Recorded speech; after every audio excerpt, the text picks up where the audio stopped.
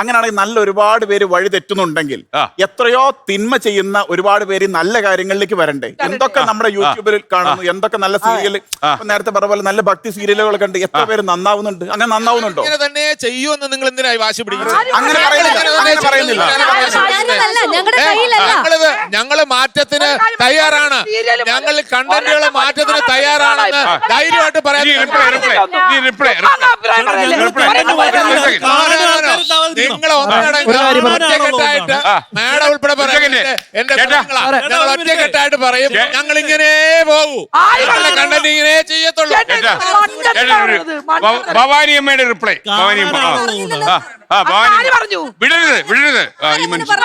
ഞങ്ങൾ ഇങ്ങനെ പോകുന്ന ഞങ്ങൾ ആരും പറഞ്ഞിട്ടില്ലല്ലോ. ചേട്ടൻ ആരും പറഞ്ഞിട്ടില്ല. സാറ് ഞങ്ങളെ അത് അടിച്ചേൽപ്പിക്കാൻ ശ്രമിക്കുക. അടിച്ചേൽപ്പിക്കണ്ട. നമ്മൾ ചെയ്തതിനകത്ത് തെറ്റുകൾ ഉണ്ടെങ്കിൽ, അല്ലെങ്കിൽ നമ്മൾ ചെയ്ത പ്രമേയങ്ങളിൽ തെറ്റുകൾ ഉണ്ടെങ്കിൽ തീർച്ചയായിട്ടും അത് മാറ്റാൻ ഞങ്ങൾ തയ്യാറാണ്, അല്ലെങ്കിൽ അത്തരത്തിലുള്ള മാറ്റത്തിന് വിധേയമാകേണ്ടതാണ് എന്നുള്ളൊരു അഭിപ്രായമാണ്. അങ്ങനെ ഞങ്ങൾ മാറത്തില്ലെന്ന് ഞങ്ങൾ പറയുന്നില്ലല്ലോ. ഇതൊക്കെ തന്നെയാണ് സീരിയൽ നടക്കുന്നത്. അപ്പോ ഞാൻ പറഞ്ഞു തല്ലും പ്രശ്നങ്ങളാണല്ലോ.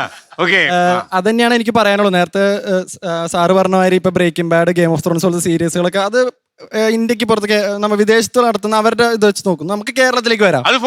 അതെ, അത് പോട്ടെ.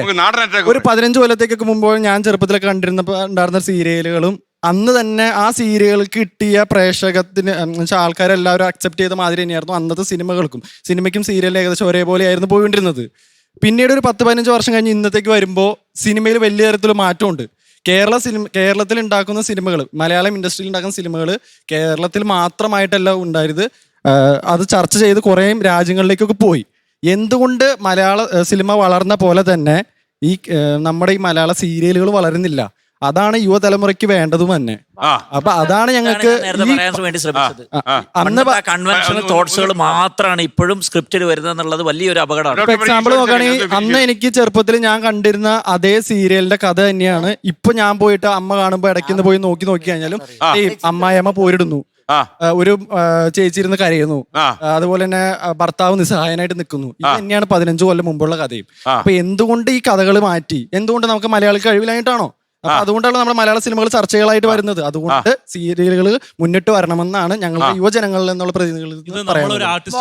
രാഹുൽ രാമേന്ദ്രൻ ഒന്നും പറയാതിരിക്കുക. അല്ല, അത് അങ്ങനെ ചോദിക്കാനാണെങ്കിൽ അത് സ്ക്രിപ്റ്റ് റൈറ്റേഴ്സിനോട് ചോദിക്കാം, അല്ലെങ്കിൽ ചാനലിനോട് ചോദിക്കാം. ആർട്ടിസ്റ്റ് വൈസ് നമുക്ക് അഭിനയം മാത്രമേ പറഞ്ഞിട്ടുള്ളൂ. അല്ലാതെ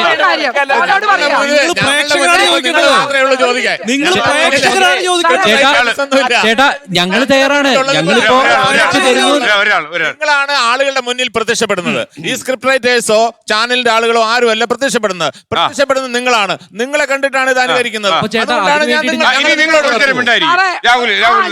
എന്നോടൊരു ഉത്തരം. മോനെ, ഒരു കാര്യം മനസ്സിലാക്കണം. മോൻ പറഞ്ഞ പോലെയുള്ള കഥകൾ മാറ്റം വരുത്തി പോകുമ്പോ നമ്മൾ ഈ സ്ത്രീകളാണ് ഏറ്റവും കൂടുതൽ സീരിയൽ കാണുന്നത്. ശരിയാണോ? നിങ്ങൾ നമ്മളൊന്ന് കഥ മാറ്റാം, അനിയും കാണൂ. അല്ല, അങ്ങനെ മാറ്റുമ്പോ അല്ലേ നമ്മൾ ഈ കഥയൊക്കെ ഒന്ന് മാറ്റി ഒന്ന് പരിവർത്തിപ്പിച്ചാൽ അനിയൻ കാണും. നമ്മുടെ താല്പര്യത്തിനനുസരിച്ചുള്ള സംഭവങ്ങൾ വരുമ്പോ നമ്മൾ കാണും. നിങ്ങളുടെ താല്പര്യം എന്താ ഇപ്പൊ അതായത് നേരത്തെ പറഞ്ഞല്ലോ, നമ്മൾ ഇംഗ്ലീഷ് സീരീസുകളിൽ അമ്മ അച്ഛനൊന്നും കാണൂല മക്കളെ. ഈ ലേഡീസ് ഇരിക്കുന്നവരൊന്നും കാണൂല. ലോകത്തെവിടെയായാലും ഏത് സമയത്തും 24 വാർത്തകളും ഓഗ്മെന്റഡ് റിയാലിറ്റി പാക്കേജുകളും എക്സ്പ്ലെയിനറുകളും വിശദമായി കാണാൻ ഞങ്ങളുടെ യൂട്യൂബ് ചാനൽ നിങ്ങൾക്ക് സബ്സ്ക്രൈബ് ചെയ്യാം.